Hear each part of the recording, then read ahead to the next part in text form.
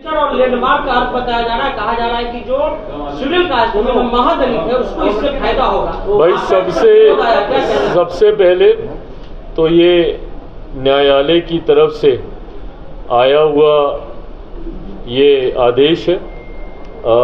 मैं कोई भी बात ऐसी नहीं कहूँगा जो कि कंटेम्प्ट ऑफ कोर्ट हो, बट हाँ इस बात पर हम लोग की आपत्ति ज़रूर है और लोक जनशक्ति पार्टी रामविलास की तरफ से हम लोग सुप्रीम कोर्ट में हम लोग एक पुनः विचार याचिका भी हम लोग दाखिल करने जा रहे हैं। जिस तरीके से रिजर्वेशन विद इन रिजर्वेशन के प्रावधानों को सुप्रीम कोर्ट के द्वारा दिए जाने की संभावनाएं खोली गई हैं। पहली बात तो जब अनुसूचित जाति की बात आती है, इस बात को मैं स्पष्ट कर दूं कि अनुसूचित जाति में ऐसी जातियां हैं, ऐसी कास्ट को स्केड्यूल किया गया है संविधान में जिनका आधार अनटचेबिलिटी रहा है। शेड्यूल कास्ट का आधार कतई और कभी भी शैक्षणिक व्यवस्था नहीं रही, उनका आधार कभी भी आर्थिक नहीं रहा, इसका आधार हमेशा से अनटचेबिलिटी ही रहा है। इसमें हमारे संविधान में ऐसी जातियों को शेड्यूल कास्ट के तहत शेड्यूल किया गया है जो कहीं ना कहीं कभी ना कभी छुआछूत का शिकार रही है। तो ऐसे में रिजर्वेशन विद इन रिजर्वेशन का कंसेप्ट शेड्यूल कास्ट में आ ही नहीं सकता।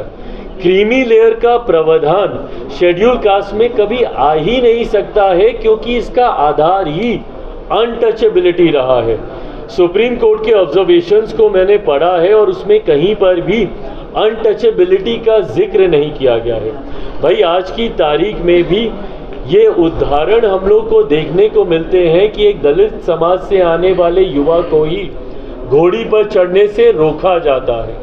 एक दलित समाज से आने वाले परिवार को मंदिर में प्रवेश करने से रोका जाता है। कई ऐसे उदाहरण हम लोग के सामने हैं जहां पर संपन्न लोग भी जो कहीं ना कहीं समाज में एक अच्छी पहचान बना चुके हैं, वो लोग भी जो दलित समाज से आते हैं जब मंदिर में जाते हैं तो मंदिर धुलवाया जाता है। तो आज भी इस तरीके के भेदभाव को प्रैक्टिस किया जा रहा है। तो जब भेदभाव छुआछूत के आधार पर हो रहा है, ये भेदभाव कहीं शिक्षा के आधार पर नहीं हो रहा है, ये भेदभाव कहीं आर्थिक दृष्टि से नहीं हो रहा है कि भाई आर्थिक तौर पर आप सक्षम हो गए तो अब कोई भेदभाव नहीं होगा।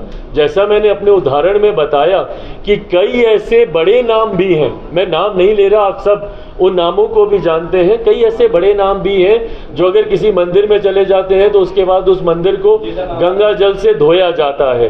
तो ऐसे उदाहरण आज की तारीख में भी देखने को मिलते हैं।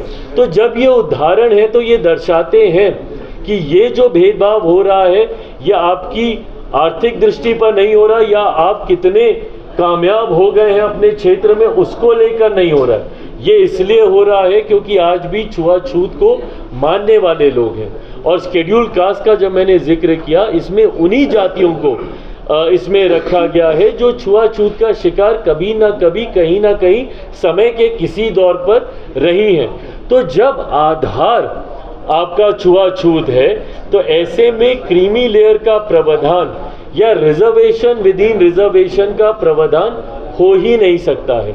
इसीलिए मैं और मेरी पार्टी लोक जनशक्ति पार्टी इससे असहमति रखती है और इसीलिए हम लोगों ने पुनर्विचार याचिका सुप्रीम कोर्ट में हम लोग आने वाले दिनों में हम लोग दाखिल करने जा रहे हैं। आप देख रहे हैं वोकल फॉर लोकल, आपकी आवाज है हम।